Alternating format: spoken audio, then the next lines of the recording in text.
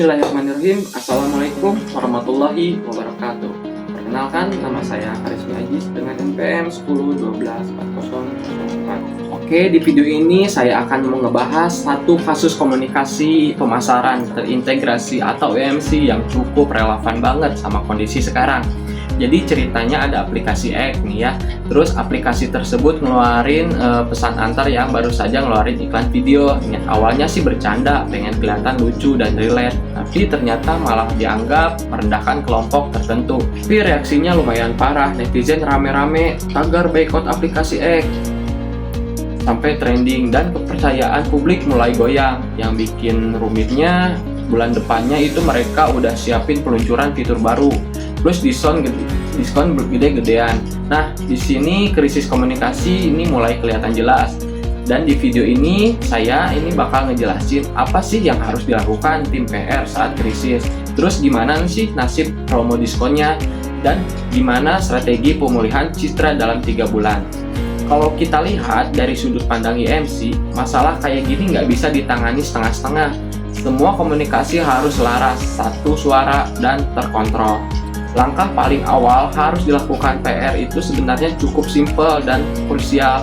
Hentikan dulu iklan yang jadi sumber masalahnya. Kenapa? Karena selama iklan itu masih beredar, publik bakal terus-terusan ke-trigger, jadi krisisnya nggak bakal selesai. Setelah itu, PR wajib langsung ngomong ke publik, bukan klarifikasi panjang lebar, tapi permintaan maaf yang jelas dan jujur. Ngaku salah, minta maaf, dan tunjukin empati, bukan nyari pembenaran. Hal penting berikutnya, perusahaan harus punya satu suara, artinya cuma satu juru bicara resmi. Kalau semua orang ngomong sendiri-sendiri, pesan jadi nggak konsisten dan itu bahaya dalam krisis. Selain itu, PR juga harus aktif mantau media sosial, bukan cuma buat balas komentar, tapi buat ngerti sentimen publik, terus isu apa yang paling sensitif, dan nentuin respon selanjutnya. Terakhir, jangan lupa komunikasi internal. Karyawan, driver harus tahu apa yang sebenarnya terjadi supaya mereka nggak bingung atau salah ngomong ke publik. Nah, sekarang masuk ke pertanyaan yang sering jadi dilema. Promo diskon jadi lanjut atau enggak? Kalau menurut logika bisnis, pengen lanjut. Tapi kalau dilihat dari sisi citra merek, itu justru bisa jadi bumerang. Lagi kena masalah kok jualan? Akhirnya diskon bukan dilihat sebagai nilai tambah, tapi sebagai usaha nutupin kesalahan. Makanya pilihan paling aman itu bukan langsung lanjut, tapi ditunda atau dimodifikasi.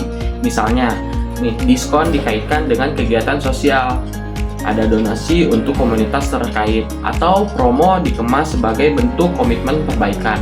Dengan cara ini, perusahaan tetap bisa jalanin strategi pemasaran, tapi tanpa ngorbanin citra merek jangka panjang.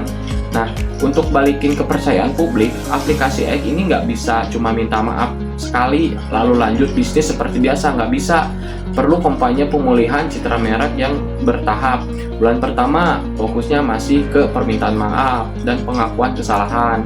Kontennya jangan promosi dulu, lebih ke video klarifikasi, terus pernyataan manajemen, terus edukasi internal, dan bulan keduanya mulai masuk ke tahap aksi nyata.